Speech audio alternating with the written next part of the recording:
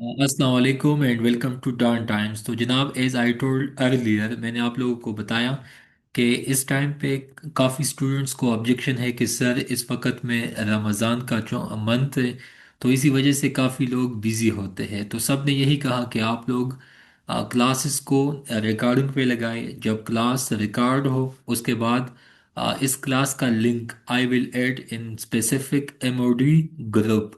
तो आप लोग उसको किसी भी टाइम आप लोग सुन सकते हैं, कल सुबह भी सुन सकते हैं, रात को भी, या अगले दिन भी, ठीक है। अभी मैंने, चूंकि ये छठा क्लास है सेशन का, इससे पहले जो क्लासेस मैंने ली है उसका भी लिंक मैं आपको भेज दूंगा, ठीक है।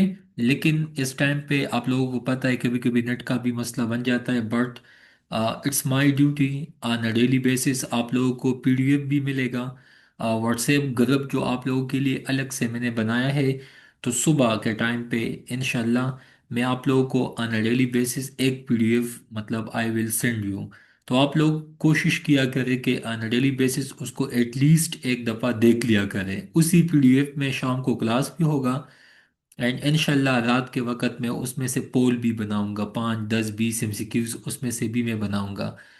अच्छा, अभी तो डेट भी फिक्स नहीं है टेस्ट का। अभी तो 30 तक, आपको पता है, यकम तक तो ऑनलाइन अप्लाई स्टार्ट है, एमओडी में भी, बाकी एडीएसएफ में भी हमारे पास टाइम है।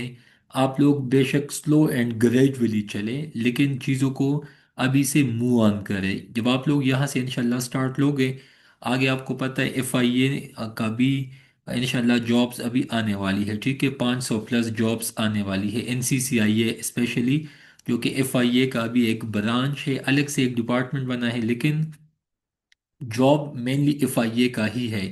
अभी एमओडी में जॉब्स आई है, उसके बाद एडीएसएफ में अभी जॉब्स है। तो आप लोग एक दफ़ा ये जो एमसीक्यूज में आप लोगों को बेचता हूँ, it is according to syllabus, ठीक है। एमसीक्यूज का तो कोई एंड मालूम नहीं है, लेकिन I will try my best कि जब तक, मतलब अगले दिन आप लोगों का टेस्ट है तो इंशाल्लाह उसी रात तक, बेशक 2 महीने 3 महीने, ये classes will be in continuation, but MCQs की कोई लिमिट नहीं है, ठीक है। तो आप लोगों को जो पीडीएफ में भेजता हूँ, कोशिश किया करें कि उनमें से भी आप लोग खुद से भी चीज़ों पे आप लोग फोकस करोगे।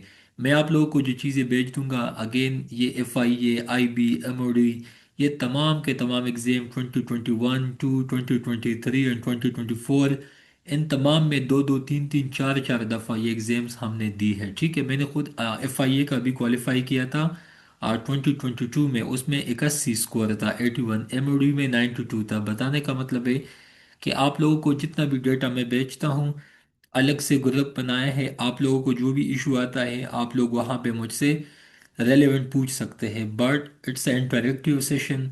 आप लोगों ने खुद से भी चीज़ों को देखना होगा। मैं मेनली फोकस इंग्लिश पे, साइंस पे, ठीक है, इस्लामियात पे, पाकिस्तान अफेयर पे, जीके पे, ठीक है, इन पे आई विल फोकस अलॉट, ठीक है।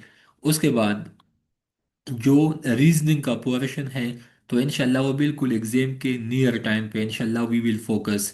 मैं अगेन आप लोगों को बताते चलूँ कि मैं जिस सिस्टमेटिक वे में आप लोगों को चीज़ें समझाऊंगा, आप यकीन माने कि आगे इंशाल्लाह 1 साल तक, अभी लिख के अपने साथ, इंशाल्लाह 1 साल के अंदर अंदर, आई प्रॉमिस यू, अगर आप लोगों ने इन एमसीक्यूज को ब्लाइंडली फॉलो किया, आपने इन चीज़ों को मेमोराइज किया, आप लोगों ने इन चीज़ों को कंसेप्चुअलाइज किया, रमज़ान का मंथ है, मैं आप लोगों को के साथ ओथ लेता हूँ कि इंशाल्लाह आप लोगों का कोई भी टेस्ट फेल नहीं होगा, बल्कि आप लोगों को इंशाल्लाह इंशाल्लाह 17 स्केल जॉब भी मिल सकता है। But the thing is, how much you passionate, how much you are giving time to these MCQs, ठीक है।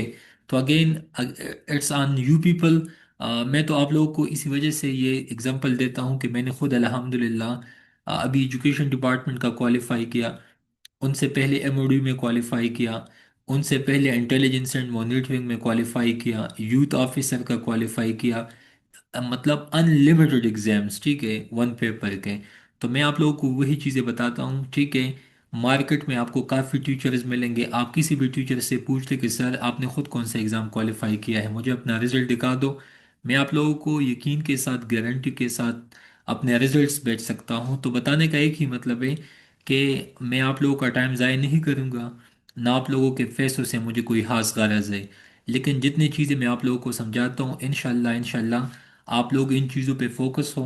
एग्ज़ाम में इंशाल्लाह, ख्वाह वो एमपीटी हो, ख्वाह वो वन पेपर का कोई भी एग्ज़ाम हो, education department, FIA, IB, MOD, ADSF, इसके अलावा कस्टम, अनलिमिटेड एग्ज़ाम्स आने वाली है क्योंकि ये साल का स्टार्ट है।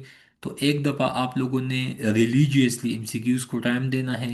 इंशाल्लाह जब आप लोग इस लेवल पे टाइम दोगे तो मुझे कंफर्म यकीन है कि इंशाल्लाह आप लोगों का कोई ना कोई डिपार्टमेंट में जॉब हो जाएगा। एक मिसाल देता हूँ, फिर हम क्लास में चलते हैं। लास्ट पीएमएस में एक रूममेट था, गिलगित बल्तिस्तान से, बिल्कुल नया बंदा था नोआ में। तो मेरे साथ रूममेट भी था नोआ के सामने, हम थे कुछ टाइम पहले। तो वो जब मुझसे मिला तो मैंने कहा कि भाई आप छोटे हो, मैं आपको कुछ चीज़ें बताता हूँ, आप इन चीज़ों पे फोकस हो जाओ। उसने कहा कि सर ठीक है। तो आपको पता है कि अभी उसने गिलगित बल्तिस्तान में होल जीबी में टॉप किया, एजुकेशन डिपार्टमेंट में उनको जॉब भी मिल गया सीएसएस की 5-6 महीने की स्टडी पे। ठीक है, बिल्कुल नया बंदा है, यंग बंदा है। तो मैं आप लोगों को वही अच्छा, जॉन टाइम्स में भी आप लोगों के कम्युनिटी में वो एड भी है, आप लोग खुद से भी पूछ सकते हैं। बट द थिंग इज के एमसीक्यूज की स्टडीज ऐसी है ना, सीएसएस में पीएमएस में सालों साल लग जाते हैं, लेकिन एमसीक्यूज की स्टडी ऐसी है कि आपको कुछ डोमेन्स को आपने मास्टर करना है। जब वो चीज़ें आपको समझ में आए, आपने एग्ज़ाम में जाके बैठना है। तमाम एग्ज़ाम जो है वो वन पेपर के आप लोगों के सामने जो मैंने लिखा है, आईबी, एफआईए, एमओडी, इनका सिलेबस तकरीबन 19-20 है। मतलब इसका सिलेबस आप लोगों को ऑलमोस्ट सेम मिलेगा, एफबीआर, नैब, एएसएफ, एमओडी, एफआईए, आईबी। ठीक है। अच्छा, अगर आप लोग केपी से है तो आप लोगों को पता है कि अप्रैल के मंथ में केपीपीएमएस के लिए आप लोगों ने एमपी3 भी देना है। ठीक है। तो आप लोगों से यही रिक्वेस्ट है कि क्लासेस में इन हो, क्लासेस में बिल्कुल बेशक आप इन ना हो, आप लोगों को लिंक मिलता रहेगा। ठीक है, आप लोगों ने टाइम दिया, you will qualify all these exams. आप लोगों ने टाइम नहीं दिया, you will fail all these exams. ठीक है। इसके सिलेबस में तकरीबन अगेन वही बात है कि 5 to 10% डिफरेंस होता है। बाकी मैक्सिमम चीज़ें पाकिस्तान अफेयर, इंग्लिश, मैथमेटिक्स, बाकी इसके अलावा साइंस, जीके, ये तमाम के तमाम चीज़ें कॉमन है। तो कॉमन चीज़ें एक साथ क्यों ना आप लोग क्लासेस ले सीख लें, एंड इंशाल्लाह जाए किसी भी एग्ज़ाम में बैठे तो आप लोगों के लिए ये चीज़ें आसान होगी। मेरे पास 7-8 किताबें हैं एमसीक्यूज़ की। उसके अलावा डॉन न्यूज़पेपर, तो ये तो कम्युनिटी मैंने बनाया है डॉन की वजह से। तो डॉन में भी जितनी भी अपडेट्स आती है डेली बेसिस पे वो मैं आप लोगों के कम्युनिटी में डालता हूँ। ठीक है। तो इट्स अ हेक्टिक जर्नी, मुश्किल है लेकिन नामुमकिन नहीं है। ठीक है। तो आप लोगों ने यकीन रखना है कि इंशाल्लाह अगले 5-6 महीनों में अगर आप लोगों ने इन चीज़ों पे फोकस किया, इंशाल्लाह यू विल क्वालिफाई। जितने भी पीडीएफ मैं आप लोगों को बेचता हूँ, आप लोगों ने इन पीडीएफ को रात को तब सोना है जब आप लोगों ने एटलीस्ट वंस इन पीडीएफ पे आप लोगों ने गो थ्रू करना है। बाकी मेमोराइजेशन भी आप लोगों का काम है, मेरा काम है समझाना। तमाम चीज़ें तो मैं नहीं समझा सकता ह्यूमनली क्योंकि ये तो अनलिमिटेड एमसीक्यूज है, लेकिन जितना हो सकता है अगले एग्जाम्स तक इंशाअल्लाह आई विल कंडक्ट क्लासेस। ठीक है। अच्छा, मैं आप लोगों को बताते चलिए, ये जो वोकेब है आप लोगों के सामने है, ये मैंने एपीएससी के, मेरे पास जो मल्टीपल बुक्स हैं, तमाम बुक से मैं कलेक्शन बनाता हूँ। ये आप लोगों के एडीएसएफ के, आईबी के, एफआईए, एमओडी के मल्टीपल एग्जाम से ये वो कैब मैंने कलेक्ट किया है। इसमें से इस दफ़ा सीएसएस में भी तकरीबन 12 to 12 वो कैब वहाँ पे भी था। जैसा कि आप लोग देखते हैं कि बेरेट मतलब इसका मतलब है स्कोल्ड, मतलब किसी को डांटना, सरजनिश करना। उसके बाद नेक्स्ट वन मोरिबंड। तो अगेन आप लोगों ने इसमें से देखना है कि बाकी इन तीन ऑप्शनों में कोई भी नहीं है, तो इसका जो मेन मीनिंग है वो है आपके पास स्टेगनेंट। ठीक है। At the point of death, stagnant. Moribund मतलब at the point of death, तो जब बंदा मर जाता है ना, तो अगेन ही और she is in a stagnant position. उसके बाद अगेन रीबैट मतलब कम करना, डिस्काउंट इसका मीनिंग है। उसके बाद बी मोन मतलब लेमेंट, अगेन वही बात, डांटना, सरजनिश करना। ठीक है, and so on. Again spite, spite का मतलब है मिलाइस। ठीक है। अच्छा, वोकेब का मैं आपको एक सादा ट्रिक बताऊं कि तकरीबन 2017 से ऑन डेली बेसिस पे वोकेब, बाकी इन चीज़ों को मैं खुद देखता हूँ।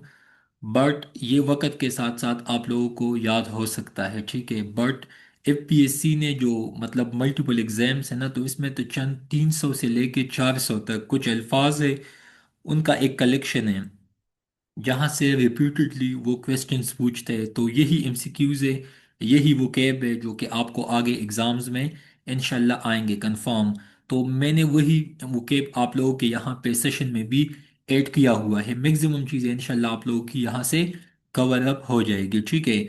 उसके बाद आप लोग देख सकते हैं कि आप लोगों ने सबसे पहले क्वेश्चन के स्टेटमेंट को भी समझना होता है। वन पेपर में ये आप लोगों को डायरेक्शन दिया जाता है, ठीक है। मैंने तो 20+ एग्जाम दी है वन पेपर के, इनसे भी ज़्यादा।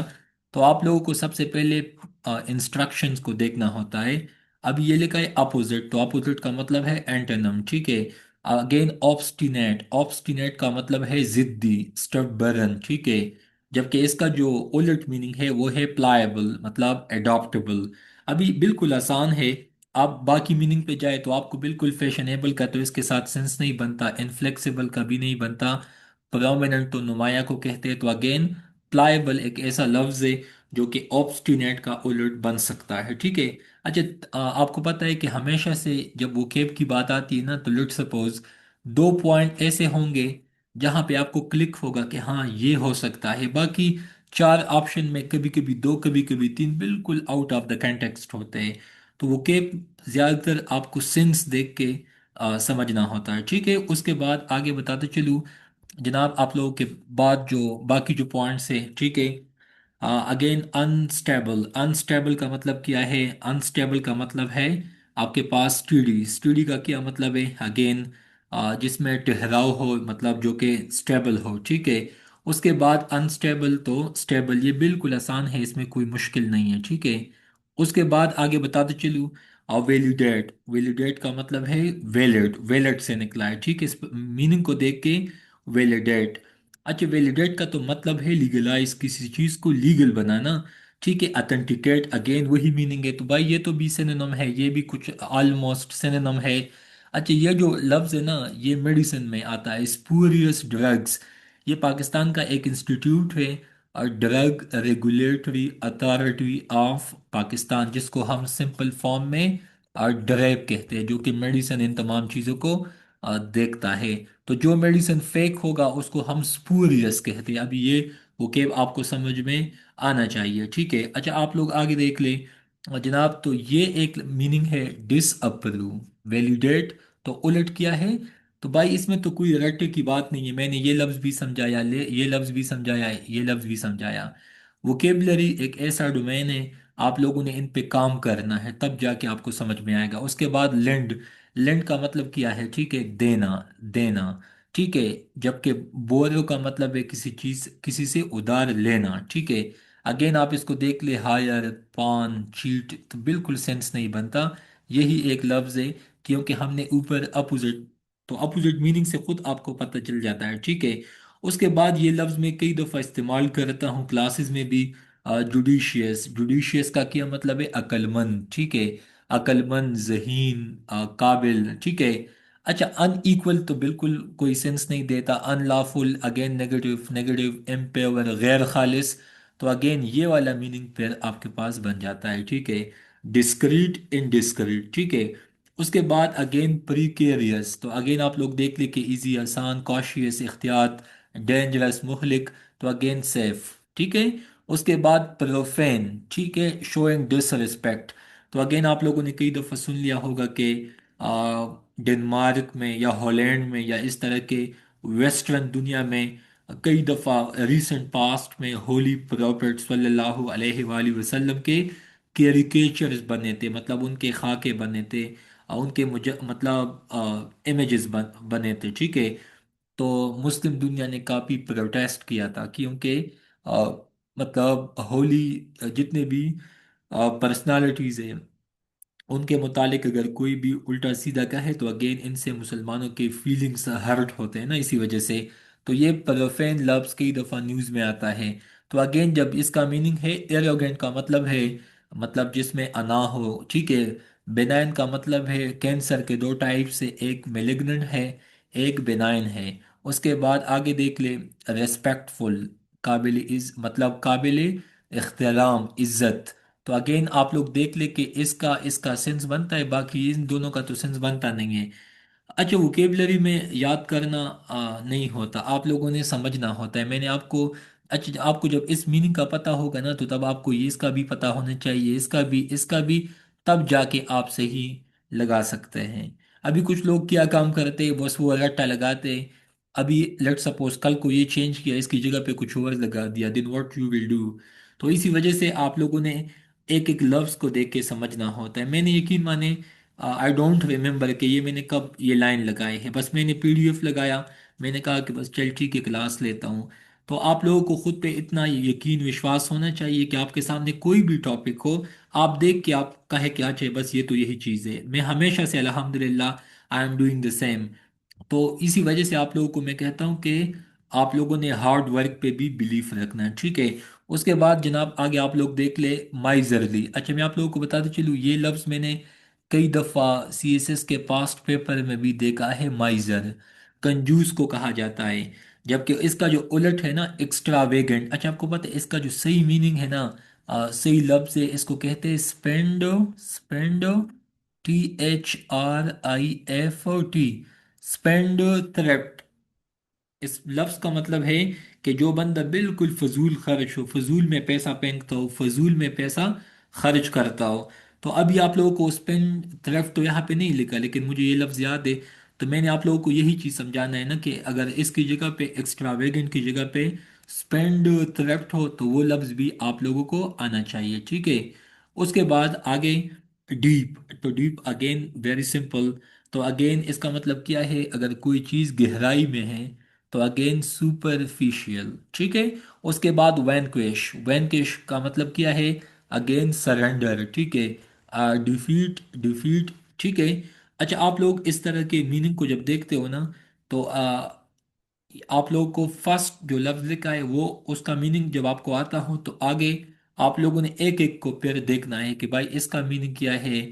सेकंड ऑप्शन सी का, ऑप्शन बी का, ऑप्शन ए का। उसके बाद आप लोगों ने जज करना है कि अभी कौन सा ठीक है। मैंने कई दफा लोगों से को देखा है, वो लफ्ज को देख के ही टिक लगाते, जब बाद में देखते कि अच्छा इसमें तो ये भी ठीक होना था, ये भी ठीक होना था। उसके बाद सबसे ज्यादा मिस्टेक जो लोगों से हो जाता है, जब आप लोग वहां पे फिलिंग द ब्लैंक्स फिल करते हो, तो लेट सपोज बैरेट में यहाँ पे ए है, कभी कभी गलती में या जल्दी में हम ऑप्शन डी लगाते हैं, हमें लगता है कि शायद ये वाला है। तो मैंने जितने भी स्टूडेंट से पूछता हूँ, कहते हैं कि सर दो तीन एमसीक्यूज तो हमसे इसी वजह से गलत हो जाते हैं कि हमें आते हैं, लेकिन गलत की वजह से वो गलत हो जाते हैं, मतलब गलत फिलिंग में जब वो हम लगाते वो। तो इसी वजह से बी वेरी केयरफुल, क्योंकि एमसीक्यूज में एक एमसीक्यूज भी आपका मेरिट आगे पीछे हो सकता है, ठीक है। ये तो मैंने आप लोगों को जस्ट वो कहते हैं ना एक चंक दिया, चंद वोकेब मैंने आप लोगों को बता दी। उसके बाद जनाब हम आगे जाएंगे। ठीक है, वैनक्विश, ओके। अभी ये आप लोगों के पास पास्ट पेपर है एपीएससी के। इसी तरह मेरे पास मतलब मोर देन 500 पास्ट पेपर है, वो तमाम के तमाम आफ्टर। तो अच्छा आपको लोगों को बता चलिए, जितने भी एमसीक्यूज के बुक्स हैं ना मार्केट में, ख्वाह वो कोई भी बुक हो, उनके कीज में बहुत ब्लंडर्स होते हैं, ठीक है। कुछ स्टूडेंट्स को से मैंने पूछा है, वो एआई पे एमसीक्यूज देखते हैं। मिसाल के तौर पे आपने इस पेज का पिक्चर लिया, आपने एआई को दिया। मैं यकीन से कहता हूँ कि एआई में इतने मिस्टेक्स आते हैं कि आपकी सोच है। मैं जब डाउन टाइम में पोल्स भी बनाता हूँ, मुझे पता है कि तमाम स्टूडेंट जल्दी जल्दी एआई पे जाके देखते हैं, लेकिन एआई आपका डेटा वेबसाइट से लेता है, फेसबुक से लेता है। तो कभी कभी जब आप गलत ऑप्शन भी लगाते हो ना, तो एआई को उतना पता नहीं होता कि भाई, मिसाल के तौर पे एक सवाल है, उसमें 10 बंदों ने ऑप्शन बी लिखा, लेकिन सब ने गलत लिखा। शायद एआई समझता है कि मैक्सिमम लोगों ने ऑप्शन बी हिट किया हुआ है, ये ठीक होगा। क्योंकि एआई को आप प्रॉम्प्ट देते, एआई तो एग्जिस्टिंग डेटा से ही आपको चीज़ें बता देता है। तो इसी वजह से एआई के आंसर पे बिल्कुल ना जाए। मैं समझता हूँ कि ज़्यादातर लोग आजकल इसी वजह से भी फेल होंगे। वो मेहनत तो करते हैं नो डाउट, बट गलत डायरेक्शन में। अच्छा अगेन माय अपॉलॉजीज, नेट की वजह से शायद आप लोगों का क्लास डिस्कनेक्ट हुआ, but again welcome to the class. अच्छा यहाँ तक आप लोग पहुँच गए। अच्छा मैं आप लोगों को जस्ट यही बताता हूँ कि ये जो एमसीक्यूज है, इसमें आप लोगों का प्री पार्टीशन का पोर्शन भी इन्वॉल्व है। यही चीज़ें आप लोगों को सीएसएस में भी हेल्प देगी। अच्छा, यहाँ पे आता है कि इंटरनेट कनेक्शन इज़ अनस्टेबल। कभी कभी आपको पता है ये हो जाता है, तो माई अपॉलॉजीज, ठीक है, but still I will conduct class. Link आप लोगों को बाद में भी ग्रुप में मिलेगा, ठीक है। अच्छा, आप लोग यहाँ पे देख सकते हैं इन एमसीक्यूज पे मैं वापस आता हूँ, ठीक है। बट यही एमसीक्यूज है जो आप लोगों से पूछे जा सकते हैं। उसके अलावा मार्केट में जो आपको किताबें आजकल नोआ के, सीएसपी एकेडमी के या जहांगीर बल टाइम के जो किताबों में एमसीक्यूज होते हैं, वो एपीएससी को भी पता है, केबीपीएससी को भी पता है कि तमाम स्टूडेंट के पास यही दो तीन किताबें हैं। तो आज अच्छा अगेन,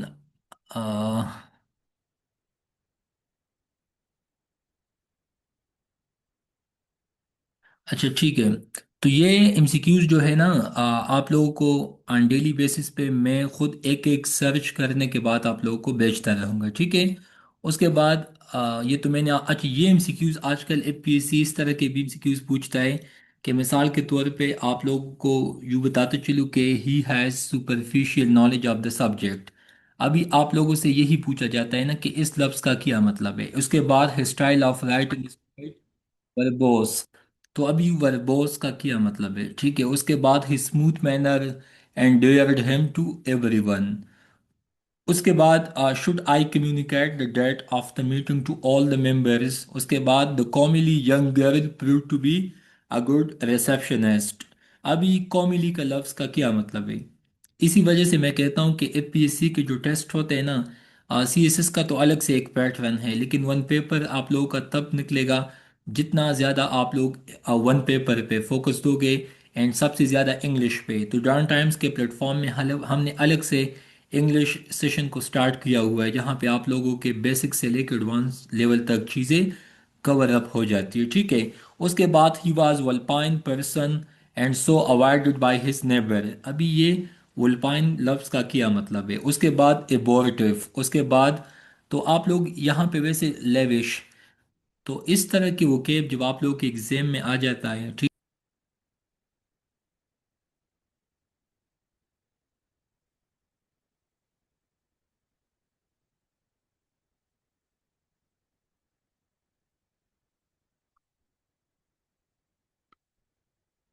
अच्छा, मैंने आप लोगों से जो पूछ लिया था ना डाउन टाइम्स में कि हम क्लास का टाइम किस वक्त रखें, तो 8 बजे नेट बहुत नॉर्मल होता है, ठीक है।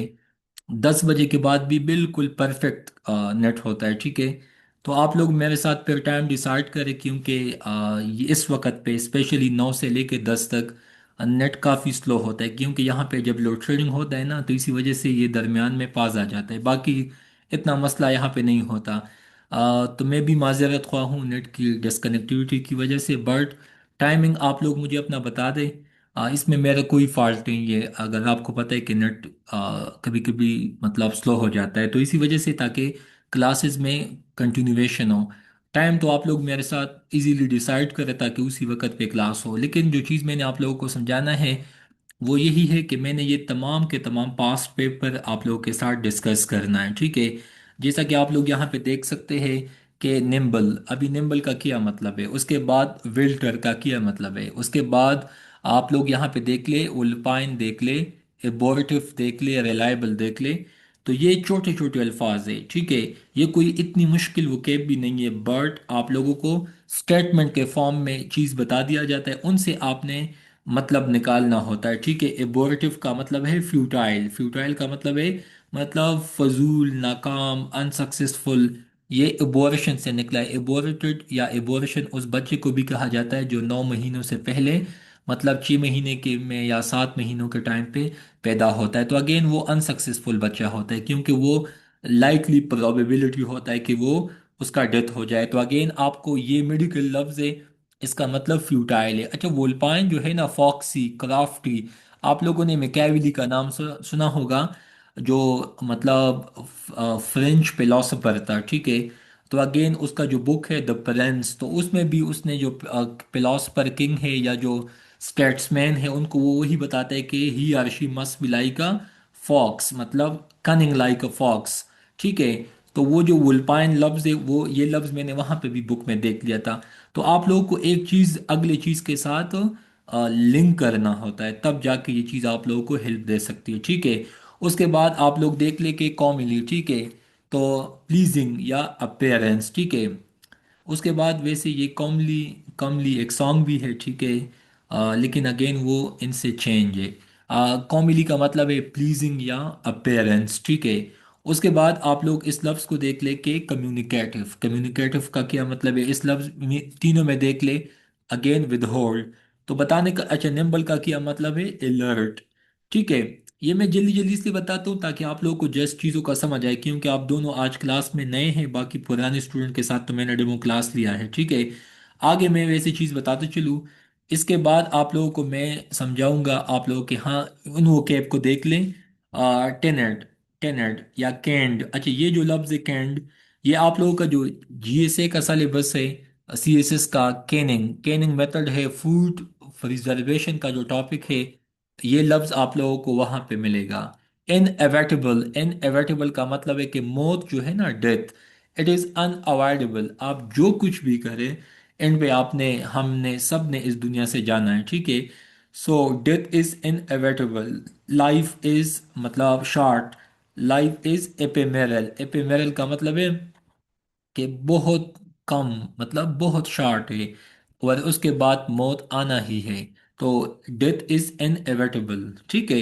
ये लफ्ज भी कई दफा मतलब सुनने को देखने को मिलता है। उसके बाद आप लोग देख ले के चेग्रैंड, तो अभी इसका क्या मतलब है, ठीक है।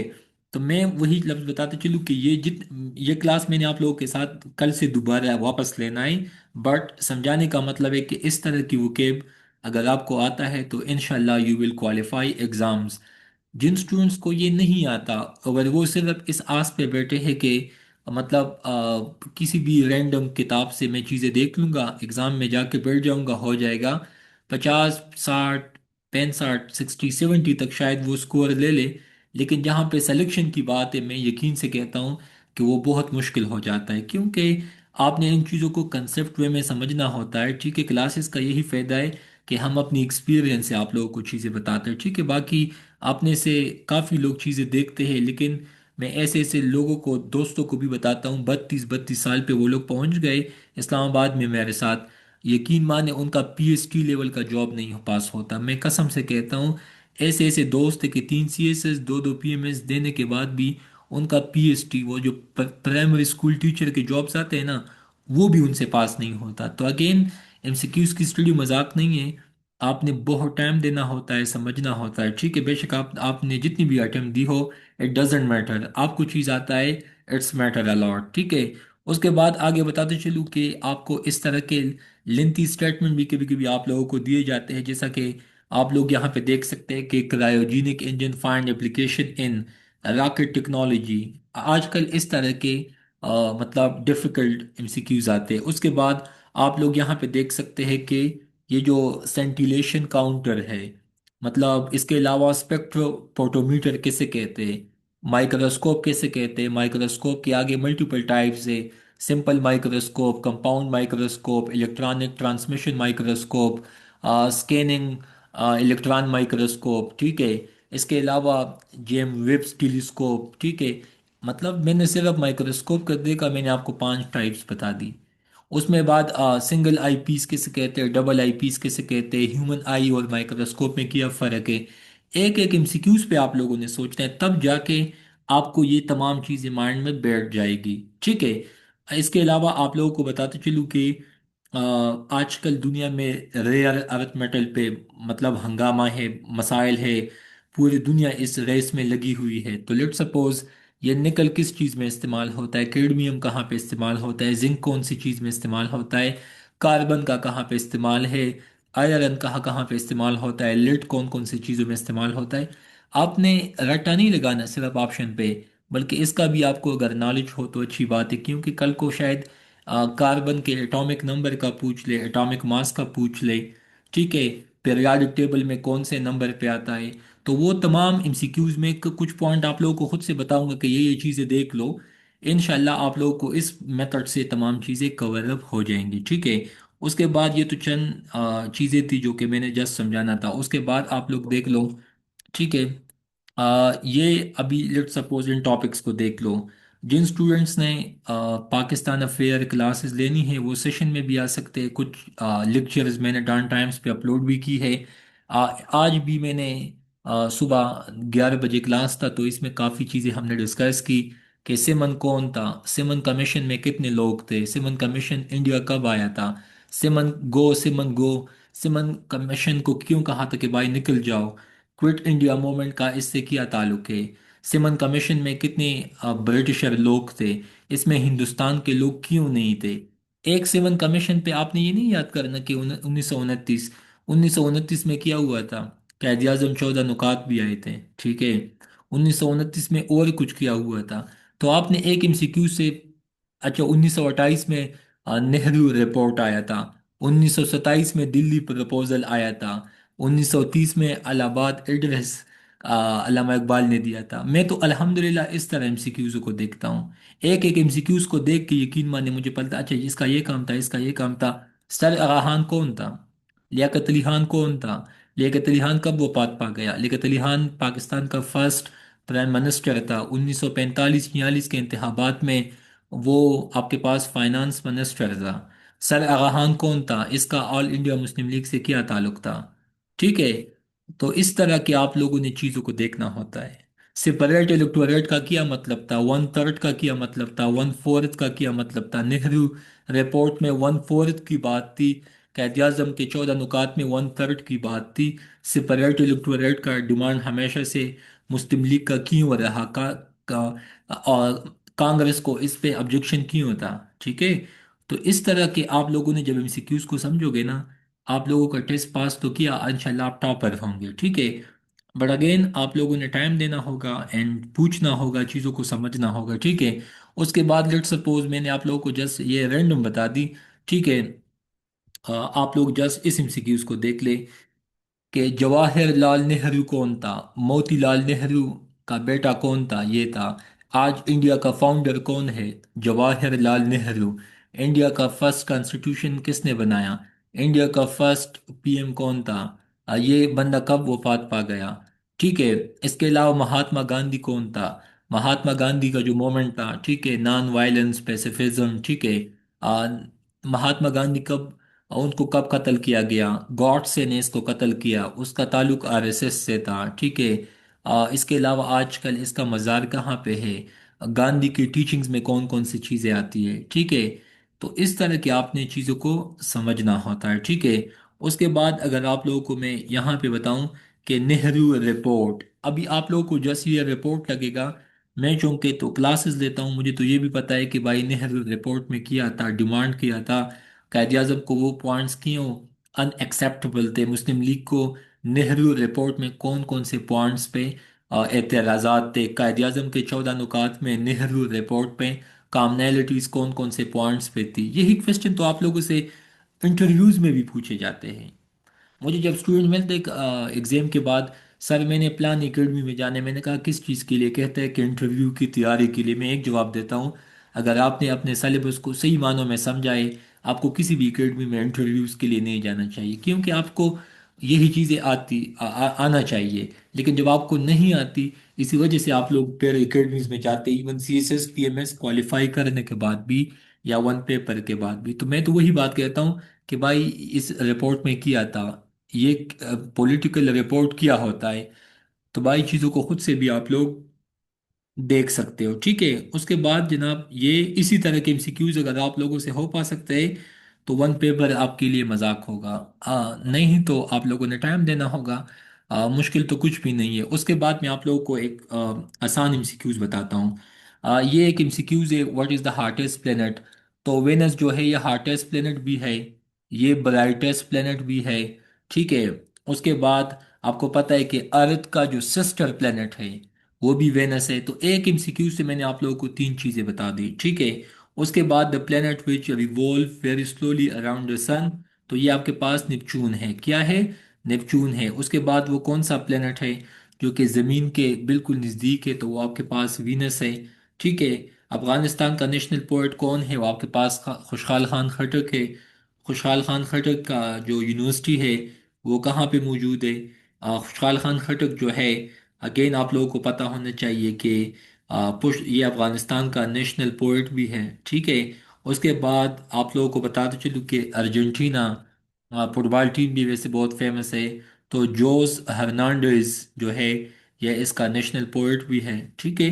तो इस तरह एमसीक्यूज आप लोगों ने देखने हैं, ठीक है। उसके बाद जनाब आगे हम बताते चलूँ, तो आपके पास जो नेक्स्ट एमसीक्यूज है, ठीक है, जहाँ पे आप लोग देख सकते हैं न्यूमिनस, ठीक है। न्यूमिनस का मतलब है सुपर नेचुरल, होली या मिस्टीरियस, ठीक है। तो अगेन इसका मतलब है इथीरियल, ETHEREAL। उसके बाद स्टूपिड, स्टूपिड का मतलब है सिली, मतलब वीक इन इंटेलेक्ट, मतलब जो बंदा डफर हो, नालायक हो, ठीक है। उसके बाद बकोलिक, बकोलिक का मतलब है रस्टिक, ठीक है, जंग आलूदा। उसके बाद ग्रोजी, ठीक है, तो अगेन डेज्ड, ठीक है, डेज्ड। वाया का मतलब है जोसल। उसके बाद कंसोल, कंसोल का मतलब है कंफर्ट, आरामदेह, सिंपथाइज, ठीक है, आरामदेह। उसके बाद आप लोग यहाँ पे देख सकते हैं रेजेंटमेंट, रेजेंटमेंट का मतलब है गुस्सा दिलाना, इंडिग्नेशन भी कहा जाता है, या शोइंग एंगर। उसके बाद जुडिशियस, जुडिशियस का मतलब है यहाँ पे wide, we didn't not expect such a judicious remark from him. तो अगेन सगीशियस वैसे अक्लमंदाना को कहा जाता है, लेकिन यहाँ पे श्रीव्ड, अगेन मतलब आप जो श्रीव्ड का जो बेसिक मतलब है, जो हद से ज़्यादा होशियार हो, मकार या चालाक के सेंस में फिर ये आता है, ठीक है, आपने इस तरह समझना है। उसके बाद आप लोग देख लिया आगे कि कंसेंसस, तो कंसेंसस का मतलब है जनरल एग्रीमेंट, एकॉर्ड, किसी बात पे मुत्तफिक होना, ठीक है, किसी बात पे मुत्तफिक होना। उसके बाद म्यूनिफिशेंस का मतलब है जेनेरासिटी, सहावत, ठीक है। उसके बाद पेसिफाइड, पेसिफाइड का मतलब है क्वाइटेंट, मतलब यूँ समझे कि अ, किसी चीज़ में दिलासा या खामोशी, ठीक है, इस तरह समझ सकते हैं। अब यहाँ पे अपोजिट लिखा है ना, तो अपोजिट का मतलब है उलट मीनिंग। तो अभी आप लोग यहाँ पे देख ले कि यहाँ पे क्या लिखा है जनाब, सार्डेड, मतलब यहाँ पे इसका जो उलट माना है वो है स्टीडी, स्टीडी। उसके बाद ग्रिम का मतलब है डिलाइटफुल, मतलब खुश होना।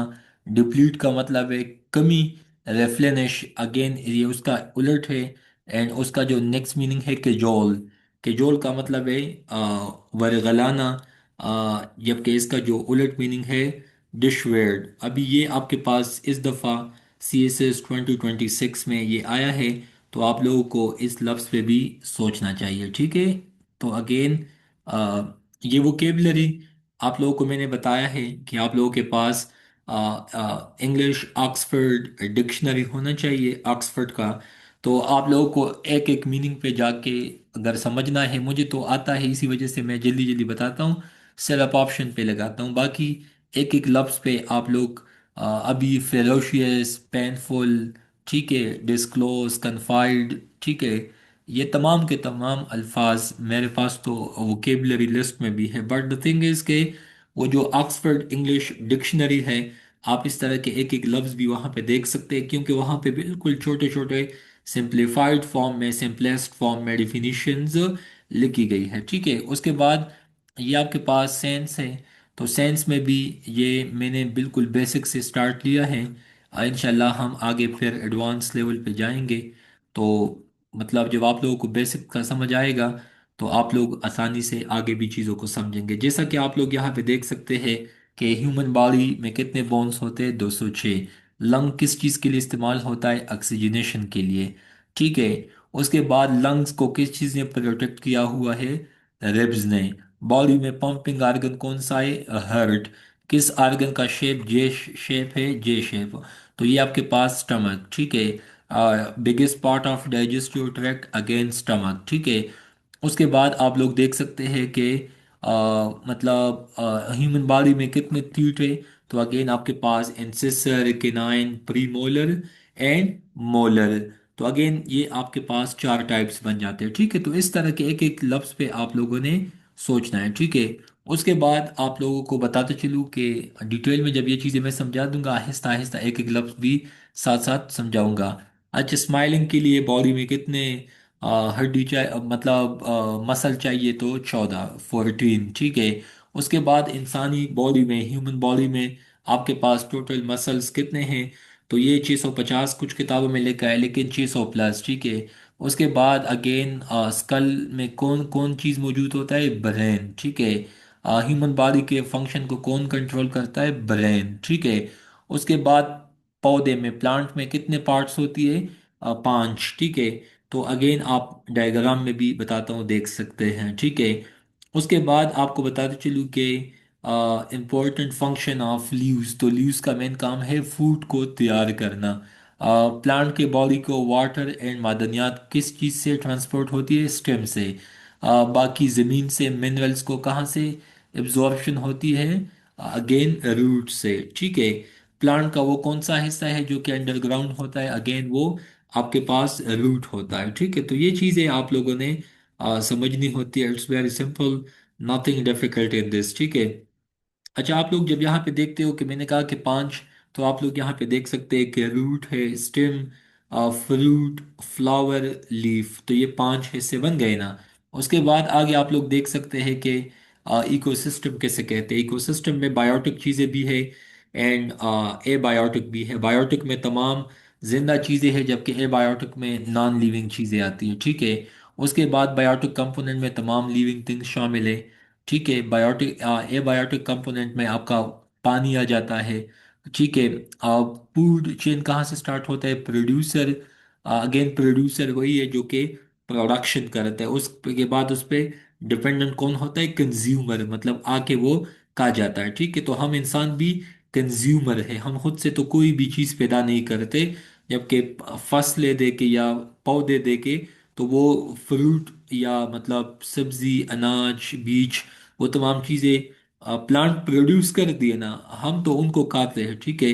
उसके बाद आगे बताते चलूँ कि फंगस जो है, फंजाई जो है, वो चीज़ों को डिकम्पोज करता है। आप जब अपने घर में ब्रेड या कोई सालन रखते हैं, कुछ दिनों के बाद उसमें फाउल स्मेल बन जाता है, तो अगेन ये क्या है? वहाँ पे डिकम्पोजिशन स्टार्ट हो जाता है, ठीक है। उसके बाद प्लांट जो अपना फूड खुद से तैयार करते हैं उसको हम प्रोड्यूसर कहते हैं, ठीक है। तो अगेन आपके पास लोटस एग्जांपल है, एलजी एग्जांपल है, ये प्रोड्यूसर्स में आते हैं, ठीक है।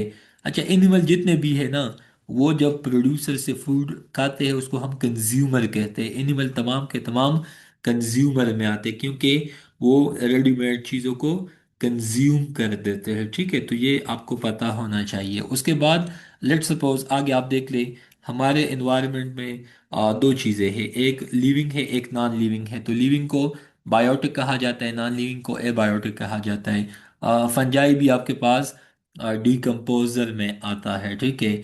उसके बाद आप लोग देख ले कि डिकम्पोजर में आपके पास बैक्टीरिया एंड फंगस भी आता है। कोई भी डेड एनिमल हो या प्लांट हो, जब आप देखते हो कुछ दिनों के बाद वो ख़त्म हो जाता है, क्योंकि उन पे बैक्टीरियाज एंड फंगस अटैक कर देता है ना, तो वो ख़त्म हो जाता है। उसके बाद एबायोटिक आपके पास सनलाइट है, प्रेसिपिटेशन, बारिश एंड मादनियात, मिनरल्स, ठीक है। ये तमाम के तमाम एबायोटिक में आती है, ठीक है। ये इन टीएस एमसीक्यूज में भी आया है, ठीक है। Biotic component of the ecosystem, तो ये प्लांट है, ठीक है। उसके बाद आगे बताते चलूँ कि sunlight is a biotic component of the environment like temperature, तो अगेन टेम्परेचर नॉन लिविंग है ना, तो ये भी ए बायोटिक में आता है, ठीक है। इस तरह के आसान आसान एमसीक्यूज आते हैं, लेकिन मुश्किल भी आ सकते हैं। मुश्किल की तरफ हम बाद में जाएंगे, ठीक है। अभी आप लोग यहाँ पे देख ले कि सनलाइट जब पौधों पे या लीव्स पे, मतलब, तो उसके बाद again producer, consumer and decomposer. Respiration में आपको पता है एनिमल ऑक्सीजन बॉडी में लेते हैं, कार्बन डाइऑक्साइड को एक्सपेल आउट, ठीक है। उसके बाद अगेन हर्बिवोर्स वो ही होते हैं जो कि सिर्फ प्लांट्स खाते हैं, ठीक है। जबकि इसकी मिसाल काओ, बफेलो, शीप, गोट, ठीक है। कार्निवोर्स वही होते हैं ना जो मीट, गोश्त को खाते हैं, ठीक है, lion, tiger and so on, ठीक है। जबकि ओमनी, मतलब ये दोनों से निकला है, तो ये प्लांट्स को भी खाते हैं, एनिमल्स को भी खाते हैं, ठीक है। ह्यूमंस, हम इंसान गोश्त को भी खाते हैं, सब्जियों को भी हम खाते हैं, ठीक है। तो इस तरह के ये मिसाल आप लोगों ने समझना है। उसके बाद एम्फीबियंस का एग्जांपल आप लोगों ने सुना होगा कि वो ज़मीन पे भी होते हैं, पानियों में भी। टोड, फ्रॉग, सलमांडर, छपकली, बाकी मेंढक, ठीक है, वो तमाम तो ये पानी में भी पाए जाते हैं, जबकि खुश्की पे भी पाए जाते हैं, ठीक है। उसके बाद अगेन सी में, समंदर में सबसे ज़्यादा फोटोसिंथेसिस अलजी की वजह से होता है। जो प्लांट्स पानी में वो जो सब्ज रंग का होता है ना, उसको असल के में हम अलजी कहते हैं, ठीक है। तो इनकी वजह से ऑक्सीजन प्रोडक्शन होता है, ठीक है। उसके बाद अगेन फिश के body, boat shape body of fish help them in moment, ठीक है। जो फिश की जो बॉडी है वो स्ट्रीमलाइन होती है, इसी वजह से स्ट्रीमलाइन बॉडी होने की वजह से उनको चलने फिरने में आसानी होती है, ठीक है। उसके बाद अगेन प्रेडेशन कैसे कहते हैं, तो अगेन आपको पता है कि मतलब an animal that kills and eat by predator. अभी लायन जो है वो प्रेडेटर है, लेट सपोज उसने किसी रेबिट को खाया तो वो उसका प्रे हो गया, ठीक है। अच्छा, प्रेडेटर एंड प्रे के दरमियान जो ताल्लुक है उसको हम प्रेडेशन कहते हैं, ठीक है।